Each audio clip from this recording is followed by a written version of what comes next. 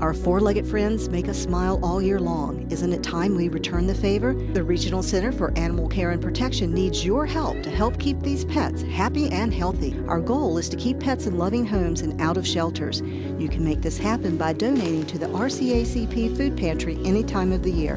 The following donations are needed: canned cat and dog food, dry cat and dog food, cat litter, and toys. Residents who need to pick up food can do so at 1510 Baldwin Avenue Northeast. This is who I am. I can't do it alone. I'm a good person, and the truth is, I break the law. I ignore what my parents taught me, and I thought everything they said was a joke. No longer can it be said that I am my own person. I'll tell you one thing for sure. I've become a slave to the drinking crowd. I refuse to accept that I can be confident in myself and be popular without beer or drugs. A person like me can easily be forgotten. But wait, what if that's all wrong? What if I don't have to be forgotten? A person like me can easily be popular without beer or drugs. I can be confident in myself, and I refuse to accept that I've become a slave to the drinking crowd. I'll tell you one thing for sure. I am my own person. No longer can it be said that I thought everything they said was a joke. I ignore what my parents taught me, and I break the law. The truth is, I'm a good person. I can't do it alone. This is who I am.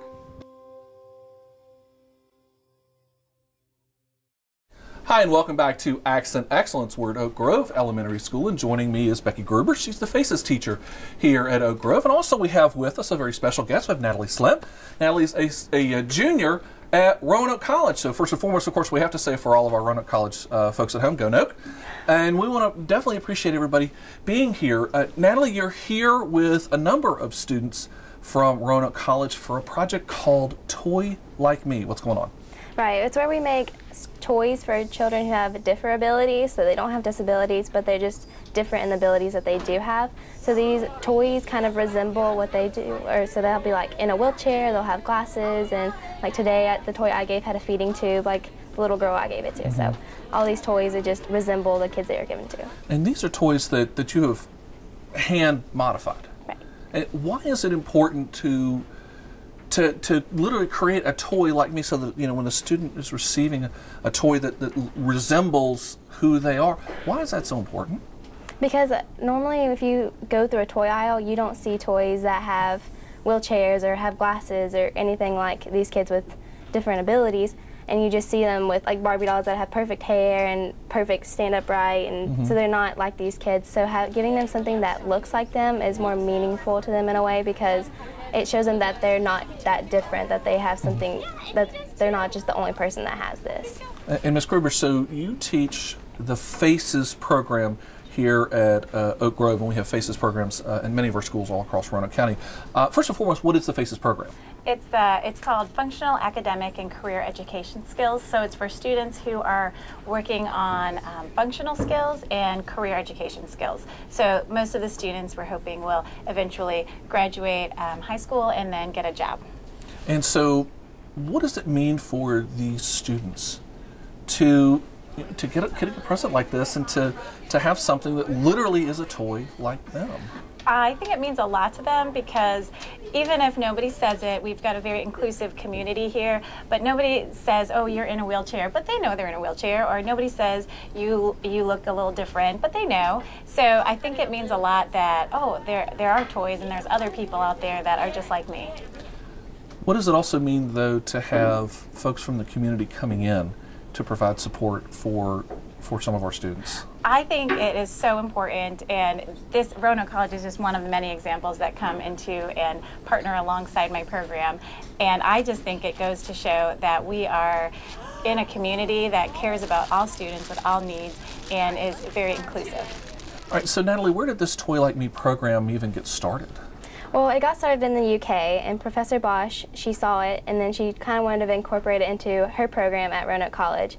So she started a May term, and it's called Differabilities. And so a bunch of students get together, and we are assigned a disability to ourselves. And so like this year I was in this May term, and I was put in a wheelchair, and I was supposed to be paralyzed from the legs down, and had to go throughout the entire day and try to live like this. And then you realize how difficult it is. And then at the end we make a toy like me for these kids. And so we kind of were in their shoes in a way, and then we make it so it's more meaningful that way. So having then quite literally lived a day in the shoes, or in this case the wheels of someone who has mobility issues, and then you go and you meet a student who is just like that, what does that mean to you? It's a great feeling because you kind of know where they're coming from in a way, like not completely, but you kind of get the idea.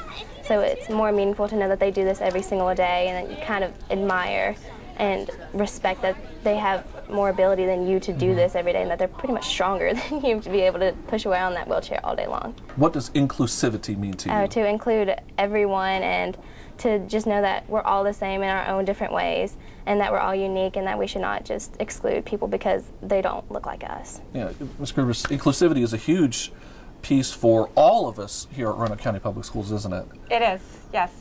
And what I see is no matter what the student's ability or disability is, they all have the same core desires and wants to be included, to have friends, to be accepted.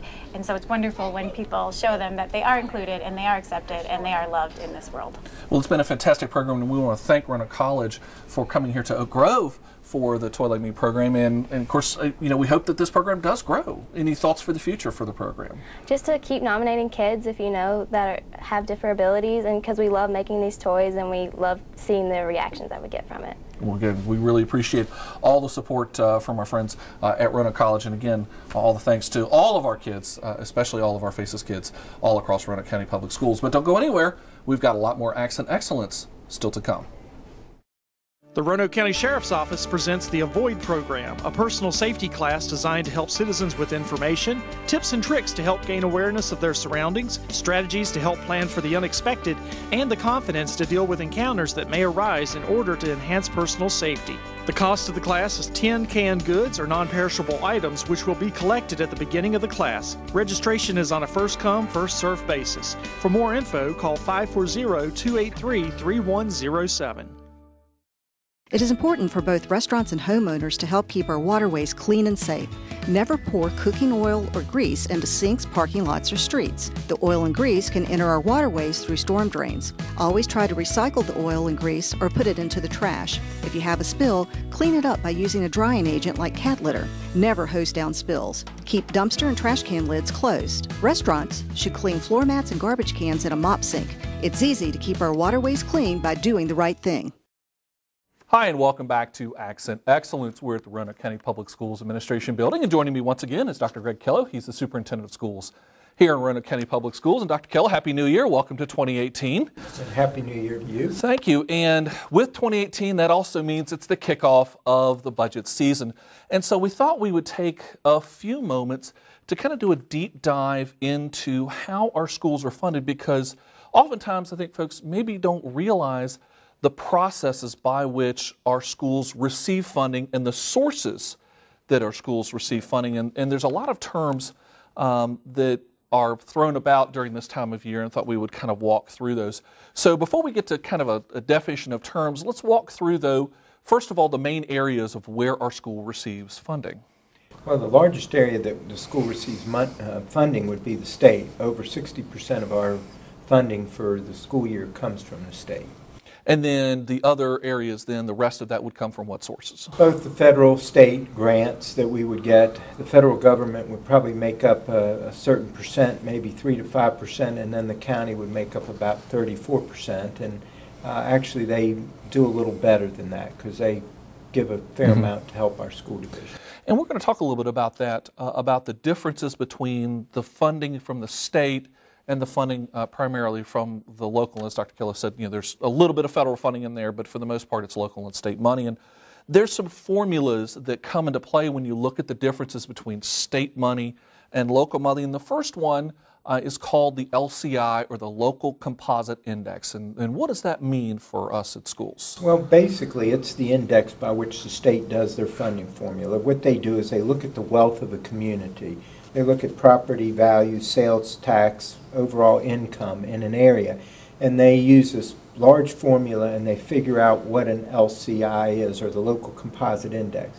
The higher your Local Composite Index means the more wealth you have in your community. The lower it is, the more state aid you get because the community isn't as wealthy. In Virginia, they basically have a starting point of 0.2, Some districts go below a 0.2, but that's their usually lowest level of a funding index, and 0.8 is the highest. So if you were in a district that was a 0.8, 80% of your funding for your school division would come from your locality, and only 20% state aid based off of the SOQs and ADM. And so in Roanoke County, our LCI would be? About, it's running 35.8, 30.36. Somewhere in that vicinity. So, you know, by formula, Roanoke County needs to pay. Right, basically 34 cents for every dollar that we would get required by the state in the SOQ funding, which is the standards of quality. We would have to, the state would give us 64 cents, and we'd have to put in 36 locally. Now, what often happens, though, is that while the locality may be, quote, responsible for a certain amount, especially in Roanoke County, the Board of Supervisors go well above that. Yes, they actually do that plus an extra 50, 60, 70%, which is very helpful because there's a lot of unfunded mandates that the state requires. There's also a lot of positions that we have in Roanoke County that we couldn't have if we didn't have that extra money. And it helps us to be competitive in salaries and other things that we want to do in Roanoke County. Our Board of Supervisors, you know, they look at education in a positive way and are hopefully going to be willing to help relook at even trying to fund us more in the future, which helps the economic vitality of the community. Now, there was another term you just mentioned. It's another very important when it comes to state funding, and that's SOQ, or the standards of quality. Right. That is what the General Assembly works with when they're doing all the funding. They set up what they call the standards of quality. They establish the number of positions that you would have for like teachers, librarians, assistant principals, teacher assistants, principals, anything like that, reading specialists, all those areas. They have a formula that they use. Now, sometimes they look at those numbers based off of the total population of a school division, like per 1,000. Sometimes they look at it per school if you have a number of schools. So it can, you know, the more schools you have, sometimes it can play in your favor. Sometimes it doesn't play in your favor because they're saying, well, you have 1,000 students, and for that 1,000 students, we'll give you X number of teachers or administrators, librarians, guidance counselors, all those things, including even into nurses and ITRTs, instructional technology, resource teachers.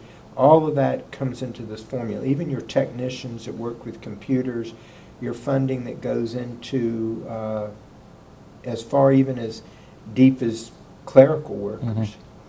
Now, often, though, when you think about a school, if we had a school that just went by what was required in the SOQs, that's a pretty bare-bones school, isn't it? Yes, it is. And you know, they fund, you know, we look at great class sizes, you know, here in Roanoke County, but, you know, based off of their formula, they may use a 25-to-1 ratio. And so whenever we have a position, like in the elementary level, just off of a cuff, we would probably have 50 plus more elementary teachers than we're required to under the SOQs. So that means that the locality has to pick up the expenses for those extra teachers. And all that comes out of one pie. You know, there's an assumption that school boards raise their own monies, but they don't. All the funding comes from basically 4 sources: federal, state, local, and then any grant monies that you would get that are above and beyond.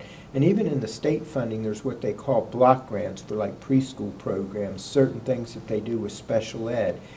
They're monies that are divvied out based off of a need or an objective that the General Assembly or the constitutional officers of the state of Virginia would require us to do, coming from the Virginia Department of Education or the General Assembly.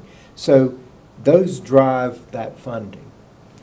There's another term that often plays another very, very important role when it comes to state level funding, and that's ADM, or average daily membership. It's a very big one, and it's probably the most concerning number for us here in Roanoke County.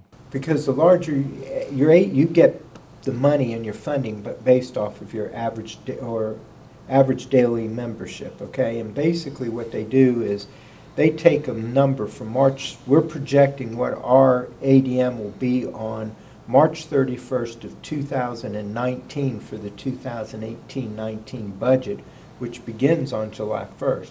But we have to project that's what our student enrollment will be. And it's based off of a cumulative of every day all the way from the end of that year all the way to the beginning of the March 31st deadline. And so they take an average of all that. It's not just on that one given day. It's based off of a cumulative of that. And for us, you know, ADM is a very important number because lately we have been seeing that number somewhat going down. Yes, our student enrollment has gone down, and it's not going down greatly, but it's something that concerns us because that means that we're still trying to run all the programs, but when you lose one student, you can lose anywhere from $4,000 to $5,000 per student state aid. And that's state aid only, and so it's, you know, as those enrollment losses grow, that adds up very fast. And there was another myth. You had talked about one myth, that school boards can have some sort of ability to raise their own money, and of course that is completely not true. School boards have no taxing capability. But there's another myth that's out there, and this comes from many years ago when the lottery was added here in Virginia, and there's a continuing this continuing myth that lottery money is, quote, extra money for schools, and that's not the case at all, is it? No, basically what lottery money does go to education, but what it did was supplant it money. So if there was money in the budget that was for certain things, you know, buses or transportation or, you know, even technology, that money that was there was taken out and used for something else, and the lottery money came in and filled that void. So we didn't have that on top of the SOQ money or the money. It just came in and filled those voids. You know, so it definitely, you know, came in and replaced. So it's not like the schools are getting whole tons of new cash. And, you know, it's like we were talking earlier. I always like to use the analogy, when my girls were younger, they came to me for money. The school board has to rely on the state and the board of supervisors for all their funding and anything that they receive from the federal government. I mean, there's you know, even when we look at special education, the federal government had promised at one point to fund it at 100%. They're funding it at about 13%. We have a lot of state mandates that are unfunded, that are required, that are passed, that come into law that require personnel, but sometimes they don't come with money. There's been a major push by local representatives from superintendents, school groups, school board associations to say, please, if you're going to put a requirement on us, like if you're going to ask us to have reading specialists, we'd all agree that that's important. But send money with it and don't take it out of another pot and put it over here. Make it come with new money. Because would it have direct impact? Oh, yes, we would all agree. Absolutely. So, you know, these are some of the things that are, and some of the variables that come into play as we go through the beginning of this new year with the budget season. And of course, you know, Roanoke County and the school board, which meets, you know, right behind us here, have to approve a budget by April the 1st. And I'll tell you what, it's a really challenging task every year, isn't it? It is. And you know, we're getting ready. We're into it. We know what the governor has proposed in the budget. We know that the General Assembly, the House and the Senate will get together, build their budgets. Everybody will come together. But in the mix of that, we're having to project what we need for the next year. We're looking at trying to pay the most important thing, people that we can, is our teachers, and making sure that we take care of them.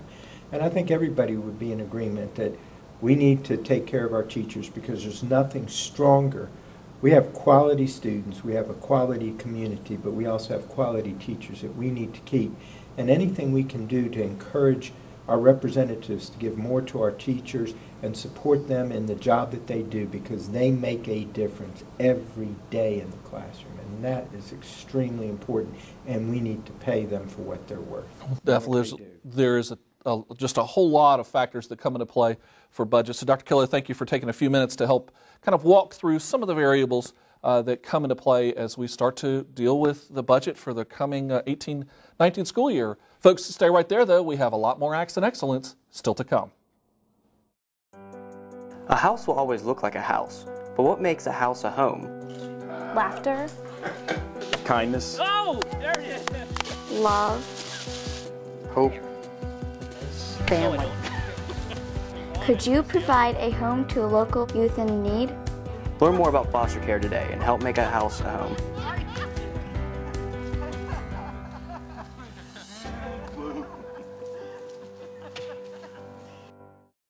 If you would like to adopt a pet, did you know that you can also go to the RCACP website and their Facebook page to look at pets for adoption? It's easy to do. Simply go to their website at rcacp.org or visit their Facebook page. Both sites include information and pictures of animals waiting to be adopted. Help make a difference in the life of a pet today. Adopt from the Regional Center for Animal Care and Protection.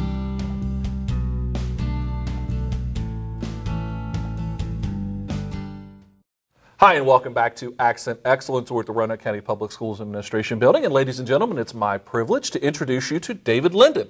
He is our new school board member for the Hollins District. So first of all, Mr. Linden, congratulations on your election. Welcome to Roanoke County Public Schools and welcome to the school board. Thank you, Chuck. All right, so first and foremost, we thought we would just take some time to kind of introduce you to the folks at home, especially to those in the Hollins District. So tell us a little bit about yourself. Well, I'm a native of just outside of Cleveland, Ohio, and moved to Roanoke in 1983 to attend Roanoke College. Fell in love with the area. Did move away briefly after graduating to Atlanta for 7 years, but came back here in 1995 and have been a resident of the Valley since then. And you're, as I understand it, you're into real estate. I am, yes, managing broker at Real Star Realtors here in Roanoke. Have been selling real estate now for 20 years. And what are some of your connections that you have already with Roanoke County Public Schools before joining the school board? Well, my three boys attended Burlington Elementary School, Northside Middle, Northside High School. I've been involved primarily, I was president of the North Roanoke Recreation Club for 8 years and have been heavily involved in that aspect of the community, but also been a big supporter of the school system as well. Well, we appreciate all the support that you've already given us, and now that you're joining the school board, I guess the next question that is kind of on everybody's mind might be, what led you to run for the school board? It's something that I've been thinking of since Jerry Canada announced 4 years ago that it was going to be his last term in office. I was there at the investiture ceremony when he announced that, and think the world of Jerry. There are some big shoes to fill. He always seemed to do a tremendous job for the schools. And just my involvement in the community and wanting to see the schools prosper. Being in real estate, I've realized that school districts have a direct correlation on property values and home sales, and want to just see the schools, not only in North County, but throughout Roanoke County, maintain that great reputation that they have and make sure that our property values stay strong. And you had mentioned, 4 years ago, Mr. Canada, who used to sit right behind us here, announced that he would not run for re-election, and so 4 years later, Mr. Linden has now been only the second person ever to be elected to the Hollins district seat. First and foremost, of course, I think we need to say another huge thank you to Jerry Canada for 25 years of service. Can you imagine that? 25 years. And as you said, those are some pretty big shoes to fill, aren't they? They are. He had just such a wealth of knowledge and was able to help accomplish so many things throughout not only the Hollins Magisterial District, but throughout Roanoke County. It's I can assure you, Chuck, it will not be a 25-year term for me, or 25 years worth of we're going to see if we can convince him of that later on, but that's another story. You had also talked about property values, and one of the things that of course, we've been working on for quite a while is our role, meaning what role schools play in economic development, and one of those, of course, is making the Roanoke Valley a great place to live. So, what are your thoughts when it comes to the role schools play in quality of life? Oh, it's huge. It's most parents are extremely passionate about their children. We saw that in rec club sports, and the schools are a very big factor in that. Roanoke, the Parks and Rec Department, I think, does a fantastic job of promoting that aspect of the community, and we've got so many wonderful features here in Roanoke that it's an attractive place to live. It really is. If you want the big city, maybe Roanoke's not it, but it's a tremendous place to live. Well, we certainly appreciate Roanoke. So coming up in January, you'll be officially taking your seat. Mr. Linden was invested in December, so he is officially a school board member. His first meeting will be coming up here in January. What are you looking forward to joining this group up here? Well, that's a very good question. I'm anxious to get started. I met with Dr. Killo and some of the staff here at Central Office last week, and it's overwhelming, just everything that the school system does. So at this point, I'm trying to take it all in and see how I can help lead and help guide the schools into the future. We're in a great place, in the top 10, I believe, in the state as far as school districts go already. But just want to see it maintain that and improve as best we can. What will be some of your priorities? Well, I would like to see, like to consider drug testing for student athletes. That's one of the items that I think Tim Greenway mentioned at the last meeting, and something that I am a believer in. Balancing the budget and getting teachers raises. The teachers are the backbone of our school district, and they just are so important. And trying to figure out how we can keep them happy, and that learning education, the learning in the classroom is just so important. So we need to make sure our teachers are happy. Well, it's a lot that's going to be going on. Again, we want to congratulate you on your election as only the second person ever to be elected to the Hollins district. So a bit of history here for us here at Roanoke County Public Schools. So again, Mr. Linden, welcome to the Roanoke County Public Schools family. We're thrilled to have you with us, and we're going to be thrilled because we want you to stick around for more Accent Excellence still to come.